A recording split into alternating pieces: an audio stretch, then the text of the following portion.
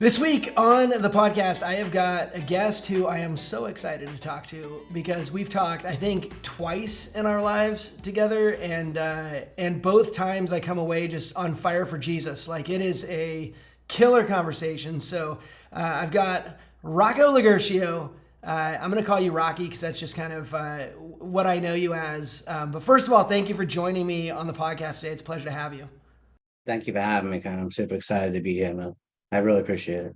Dude, it's when I first got introduced to you and was told what you do with the MLO Study Buddy, I was like, all right, this guy's interesting. Like I just knew the passion, and you were described as a passionate person, which having talked to you twice, 100% agree with that statement. But I want to dive in. We're going to get into what you're doing with MLO Study Buddy because there's such power there in you just being driven by like what's right and like diving in. But before we get there, I want to go back a ways. Like that comes from somewhere. And so walk me through your like journey so far in business and life. Like where does your passion come from? Because it wasn't just started. No, so, I would say that, first I started off with, I went to college, I got my electrical engineering degree. Then I started that whole industry as an electrical engineer slash electrician. I wound up starting my own business, getting licensed, and loving what I did there.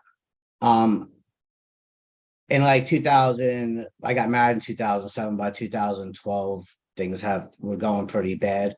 Business wasn't great. My marriage wasn't great. I lost my house. I lost my wife. Mhm. Literally, I was down to nothing.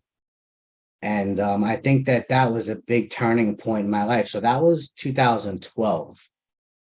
So couple of years went on. Obviously, I was in a rough place, trying to build myself back up, after losing the home and my wife and all that stuff.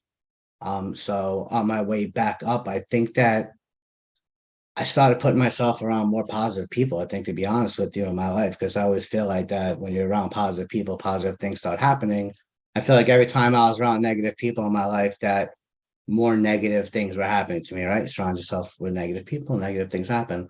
So I think that I started surrounding myself around more positive people. So step forward from my divorce and everything and losing a home in 2012 to a couple of years later, around 2015, one of my friends, Vinny, he was like me, he was a painter in a union.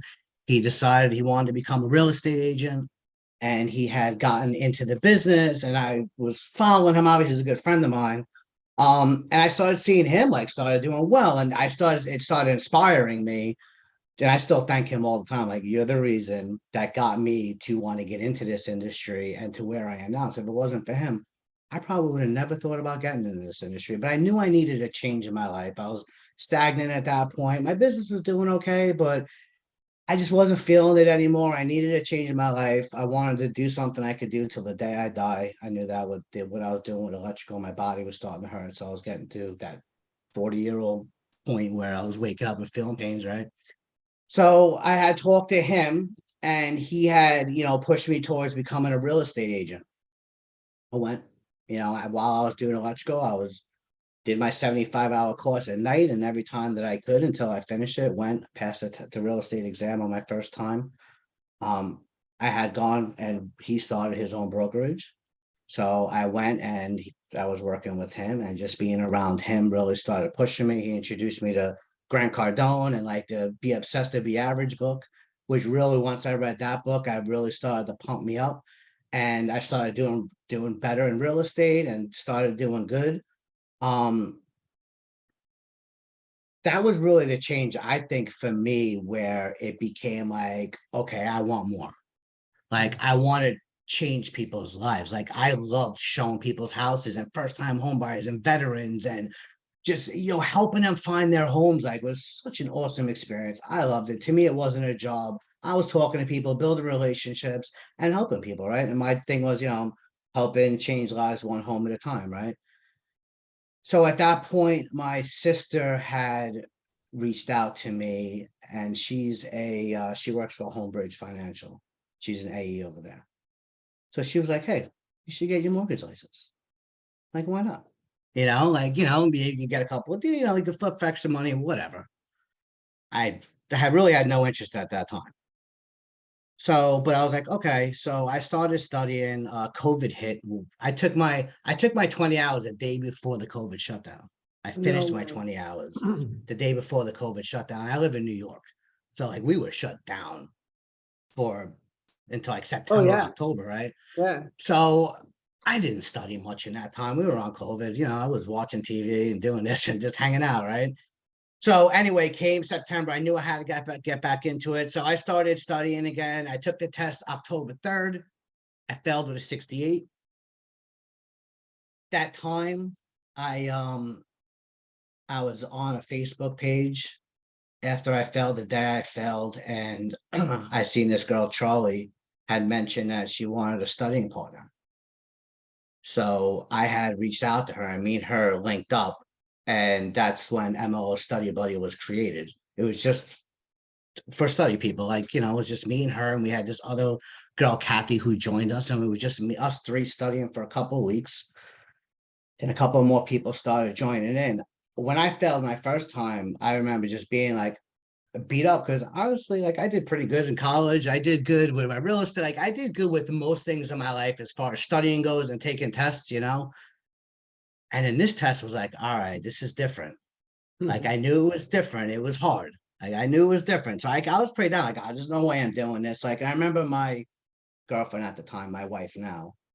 Um, I remember at the time she was like, "No, you're gonna do this." And honestly, if it wasn't for her, I wouldn't. MLO Study Buddy wouldn't exist. None of this wouldn't exist. I owe everything to her. Like seriously, the support, just everything that she's done for me has been incredible. So she came up with a study plan for me. We're gonna do this, this, and this, this, and this for the next 30 days. I'm gonna help you. She did. I passed on my second time on November 3rd. When I passed, I wanted to give back and help people. So I started doing one-on-one tutoring with people for free. I wound up getting like 15 a row passed. Um, and then people just started coming in, and we went from that three people to over 10,000 people now in just over 2 years. And over 5,000 people have passed. We have a pass rate of 95%. And I think that if it wasn't for those, like, when I tell people, and there's some more things I went through, obviously, but when I tell people, if it wasn't for those things that I went through, I wouldn't be where I am today. I really truly believe that I needed to get kicked down on my face in order for me to pick myself up to get where I am today. I think those experiences that I learned brought me to here and brought me to honestly just wanting to help people. Like MLO Study Buddy is not just a place you go to learn. Like it is, obviously, our main goal is to pass the NMLS test, right? It's a community of people, of family, people that come together to help each other. And unless you've been there and see what's going on, you probably wouldn't even believe me. Like even when I tell people I have a 95% pass rate, I don't even believe it sometimes when I say it. But just about everybody passes who comes through there. And it's not, yeah, we have a good course. And obviously, we're teaching the right information and all that stuff. I help these people from the day they come in and I meet them. When I say that if they're down and out and they call me at 1 o'clock in the morning, I'll hop on a call with them. If I'm up, I will hop on a call with them to be there to support them, to get them through it because I know what it was like to be down and I know what it is like. And it took people to help pick me up to get me to where I am. And I just want to pay that forward to other people. I really believe that that's super important. You gave me so much to unpack. I'm excited. All right. So, first of all, I think it's hilarious and awesome that there was a real estate company with Vinny and Rocco over in New York. So, coming from the Northwest. Yeah, it's actually Vincenzo Basquiano. Yes. That is awesome. And the funny thing is, one of my only guys I know, probably the only guy I know in my life named Vinny, is a loan officer over in Jersey, and he's got a neck tattoo. I'm like, that is just epic. So I think that's awesome. But going back, like, okay, first of all, you talked about failure, right? And I one of my favorite things to focus on is don't stop yourself from falling down. Focus on getting up faster. because we're all going to fall down, right? That's just life is full of failure. And the people who are most successful are the ones who train themselves to get up from falling down, as fast as possible, right? Because the longer you stay there and go, I guess I'm on the ground now, like the longer it's going to take for you to be successful. But you just described this thing and you did it pretty quickly. And so I want to dive into it. I try. I didn't want to drag it out. No, it's good. I'm going to drag it out. I want you to go back after we're done filming. I want you to go back and watch this because your face and your positioning of your body and your voice, when you talk about being an electrician versus when you talk about what you do now, even when it converted when you talked about real estate, as soon as you got into real estate, your entire presence shifted. So I had assumed everything you've always done has been about passion and has been about drive and has been about success. But you described a world that I actually thought I was going into. I worked in the police department as a young man, and I was just going to be a cop the rest of my life. And so I identify with those things you talked about with the electrician. You did it, a long time. And you were going down this path where it almost feels like real Rocky was being squelched or being, pushed down, and you were somebody you didn't want to be. Is that fair? Okay, so I mean, I loved what I did because everything I do it over the top. If I want to learn how to play the guitar, I learn how to play the guitar like over the top, like piano. Like if I want to do something, I put my head to it. I just think that just honestly being in that industry, you don't have that drive people around you to push you. Like when I got into real estate and I started seeing all these people grinding and like it's just a different level of success and a different level that I looked at it like I want to get there. Where I think as an electrician, I was just doing my job. I got an electrician. When I did my job, I made my, $125 an hour. I charged them, I did my, you know what I'm saying? It's just that I think that, again, after the whole mess happened to me in 2012, I think that's when I realized, like, okay, I just need something else that's going to inspire me more and that's going to pick me up because I was so down. And it took me a couple of years, obviously, to get past that whole thing with my divorce and losing my home. That really hit me, no man feels good about losing their home, I mean, obviously, in 2007, I bought my home for $425. When I went through my divorce, it was worth $310.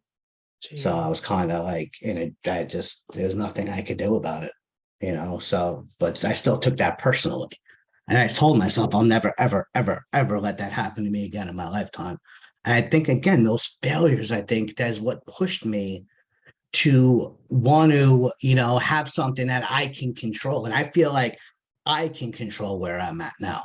I control my destination. No one else is in front of me controlling it. I control my destination. I'm going to get where I want to be. If I want to be the top, I'm going to get there. Because I believe that. 125 an hour is nothing to scoff at, but no, but when you're crawling through attics, and it's not the coolest, right. Like, my body, my neck, like I have herniated discs in my neck. I have arthritis in my shoulders, like, from 20 years of, I know electrician is probably the latest of the hard labor jobs. Are you still doing hard labor? But you gave up. So you went from there to real estate. So you gave up $125 an hour to make $0. I took a big chance, Ken. I took a big chance in my life. Most chances that most people won't take. Honestly, most people won't just go from at 40 years old, just decide on a career that they were really good at for 20 years, just decide I'm going to go into a career I know nothing about. It was a big risk I take. And thank God for, my girlfriend at the time supporting me. And, when I told her, I just literally came home one day and was like, I just purchased a 75-hour course for real estate. I'm going to do it. And she was like, what? Real estate? Like what? And I'm like, yeah. I'm going to do it.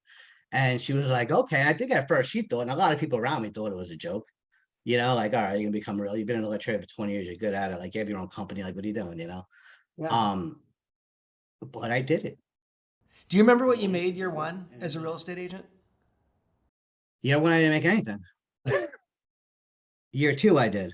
Year one, I didn't make anything. Year one, I don't, year one, my first year in real estate was COVID.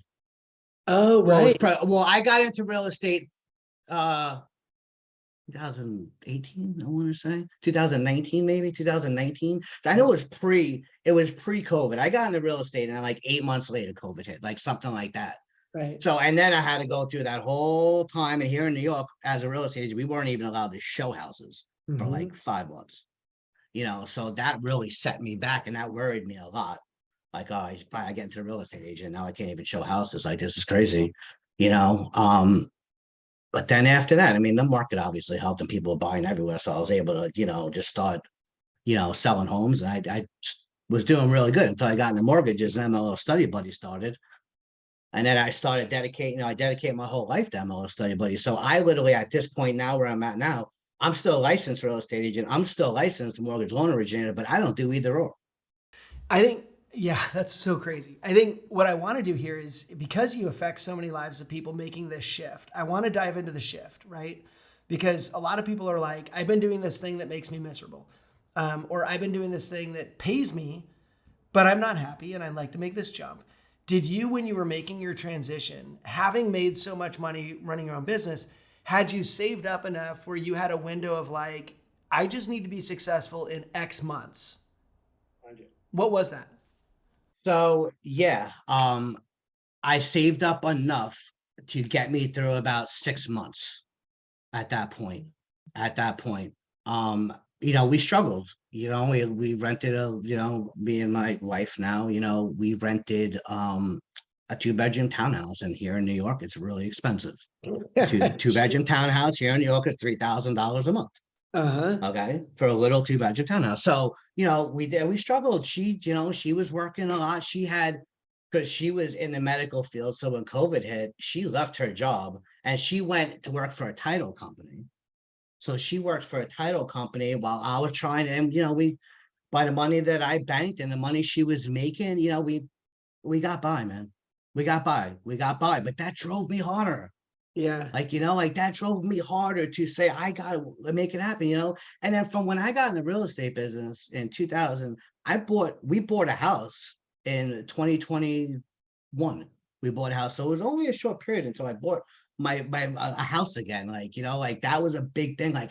All right, I'm back. I got the house, and I think that struggling part with me and her, and it also brought us close together. And that's why now we're married, right? Is because she's got my back 100%, and when I'm down and out, she's got my back, and then she left the title company when all of that went down, and then it was just me.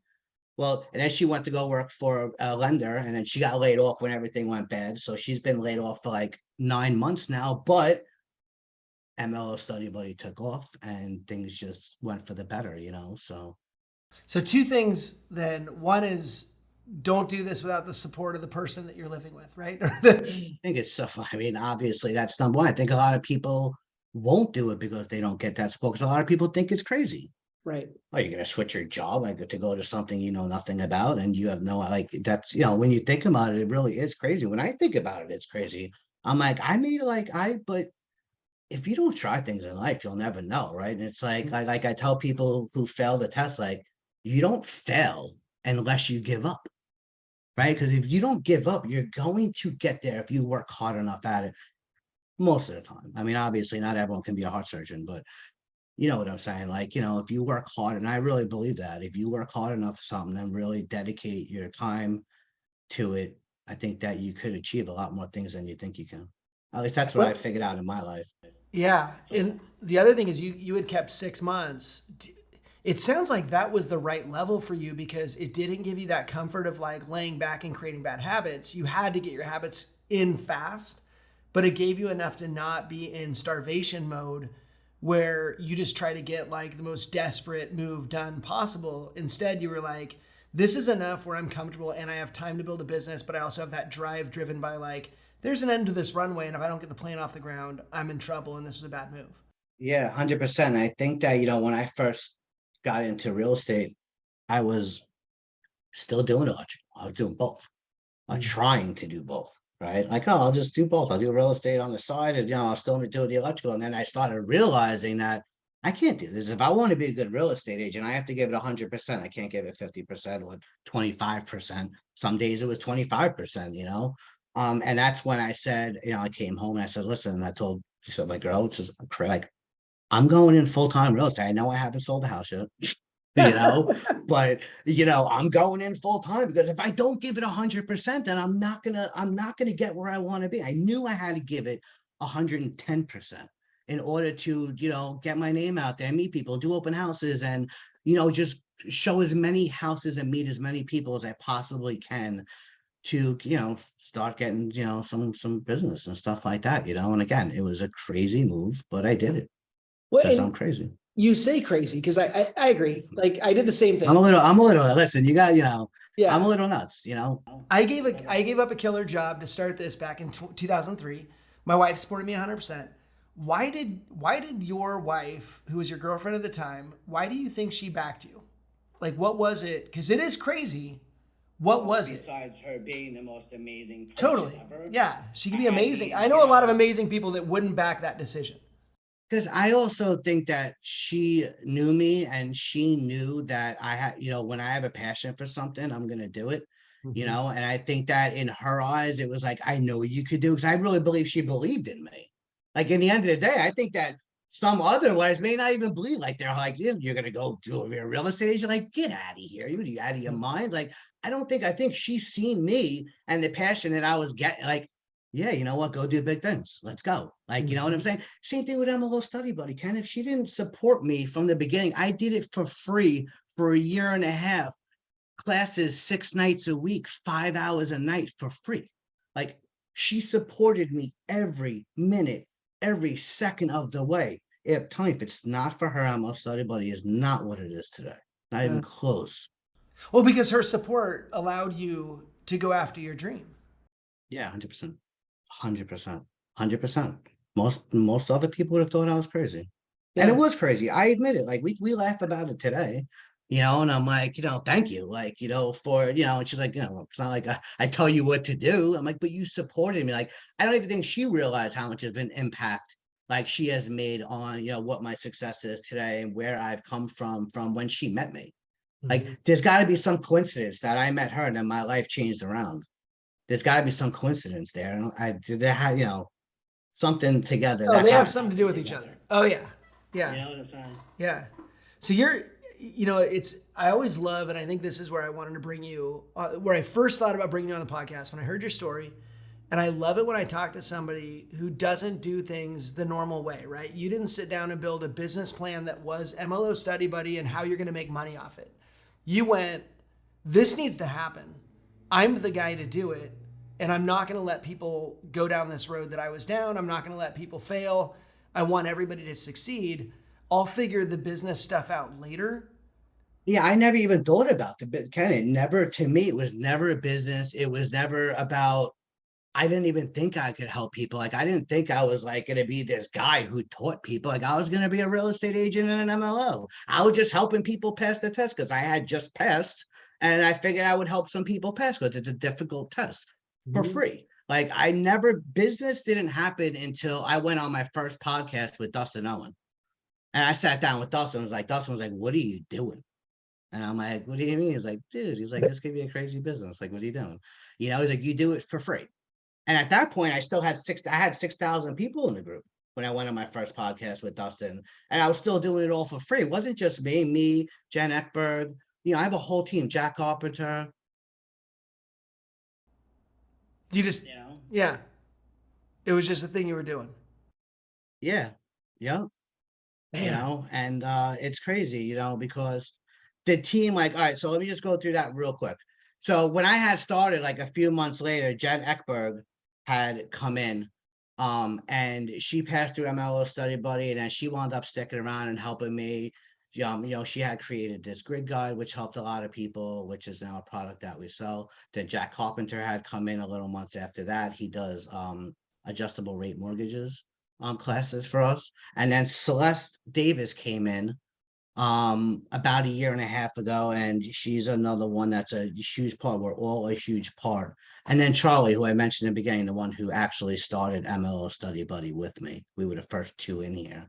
So everybody who is part of MLO Study Buddy, they all passed through my classes. You know, it's one big thing that if you're ever going to work for MLO Study Buddy or be a part of MLO Study Buddy, you have to have come through this community and understand what we're trying to do here and the passion that we have. Because again, it's not just about teaching people. You know, I'm here to help you from day one until the day you pass your test, whether that's in 30 days, 6 months, or a year. I one of the things I hate the most, there's all these sayings in business, and a lot of them are true and some of them can get annoying. The one that I hate the most that people say is those who do, those who can't do, teach. And as a teacher like you, I'm like, no, as a great loan officer, I just love this more. And I wish that statement would go away, because you're so much better for this industry as a teacher than you would have ever been. Just like a loan officer. 100%. And, I mean, listen, I don't claim to be, I was a loan officer for a day when I started teaching here. Right. You know what I'm saying? I got, I closed loans, but I never closed out high volume. I never had a chance to be a good loan officer because MLO Study Buddy started right after, and it literally absorbed. Like, I was trying to do 3 and it wasn't working for me because I wanted MLO, I still want MLO Study to be the best school in the country. I love that. I love it. You just went after it, and you went, yeah, this is just what I do. But the value it just happened, man. Like, it just happened. Like, I never had any plans of having MLO Study Buddy or having anything or teaching classes or writing my own study guide. Like, and now it's like becoming so much more. I never, ever, ever did any of that plan on happening. It just happened organically. It's so funny. When I started this back in 2003, my business plan was to teach 10 people at a time in my office for a week-long class. And my then business partner, Frank, is like, what are you going to do after that? I'm like, what do you mean? He goes, what will this turn into? I'm like, what are you talking about? Like, all I want to do is teach some people. And it's funny, all you need is that passion initially, and then it grows into something that you probably didn't see coming at the time. And if you would have sat down and created a business plan, it may not have been as successful for you, because you would have done it using science instead of passion. And you needed to be driven first, because I do think people feel that from you. Like, I know for a fact they feel that from you, that he's not here to come after my checkbook. You only started charging because it makes sense business wise, but you were just like, I care. And I still do the free classes. Yeah. We do free classes 6 nights a week. Still, that's one thing that I told my team all the time. That's something we're gonna offer. Like, that is something that's our way of giving back to these people who need our help. So yeah, we charge for the materials and one-on-one private sessions. Yeah. Classes are free. And it's worth it. But you may not have an answer to this. If you would have gotten into real estate and mortgage before the electrician thing, how would things have been different? I wish I got into it before then. I really do wish I started off in this industry at a really young. Like, when I see 20-year-olds come in my classes, I'm like, let's go. Like, I get so hyped up for them, like, because you're so young, you can make such an impact on this industry. I don't really have an answer for that, because I don't know, because you know how life is. Like, life throws you curveballs on a regular basis. So I don't know, going through the 2008 meltdown, if I would have made it through that. I assume so, knowing how I am now, but as my younger me wasn't me now, right? Like, the passion that I have now, my younger me didn't have confidence in myself. My younger me didn't have that drive. Like, of course I wanted big things, but I didn't think I could do it. Like, you know what I'm saying? Like, you think I sometimes like, oh, I want that. I probably can't do that. Like, you know what I'm saying? But as I got older, I started realizing, like, no, I can do that. Like, oh no, I can do that. Like, that's how I started doing and believing. And then when I started proving to myself, like, oh, I can. It's like people who come in my group and they're like, there's no way I could spit that information out like the people in your class do. And I go, yeah, you can. I go, because just about everybody can if you put the work in. And then a month later, they're in my class spitting the stuff out. And I just look at them. I go, I told you you could do it. If you just put the work in and follow the plan, like, you'd be crazy at things that you could achieve. Ken, I started playing piano 3 months ago, and I'm playing full songs. I never played the piano in my life.